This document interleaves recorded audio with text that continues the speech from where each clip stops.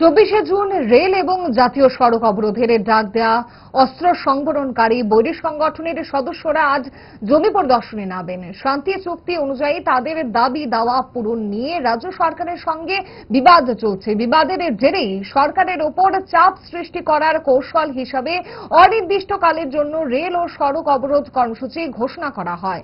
বড়মুড়ায় অবরোধ স্থল ঘুরে দেখতে এসেছিলেন জয়েন্ট অ্যাকশন রিহ্যাবিলিটেশন কমিটি এবং জয়েন্ট অ্যাকশন কমিটি যৌথ নেতৃত্বরা। যদিও এই দুই গোষ্ঠীর প্রতিনিধিদের সঙ্গে আলোচনায় বসেছিলেন মুখ্যমন্ত্রী ডক্টর মানিক সাহা, বৈঠক হয় অন্যান্য প্রশাসনিক স্তরেও, কিন্তু ওই দুই সংগঠন তাদের ঘোষিত কর্মসূচিতে অনড় থাকে। অবরোধ হচ্ছেই এমনটাই ঘোষণা করেছে দুই বৈরী সংগঠন। আজ বড়মুড়ায় যৌথ সংগঠনের এক নেতৃত্ব জানান,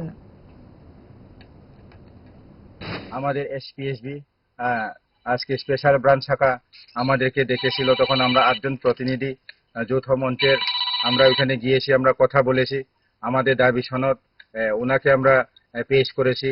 উনি আমাদেরকে বলছে 2-1 দিনের মধ্যে আপনাদের দুইটি সংগঠনের নেতৃবৃন্দের সাথে উচ্চ পর্যায়ে সরকারের যে মিটিং আহ্বান করা হবে। কিন্তু এখন অবধি কোনো মিটিং আহ্বানের আমাদের কাছে এমন কোনো সুনির্দিষ্ট চিঠি বা নিমন্ত্রণ আসেনি।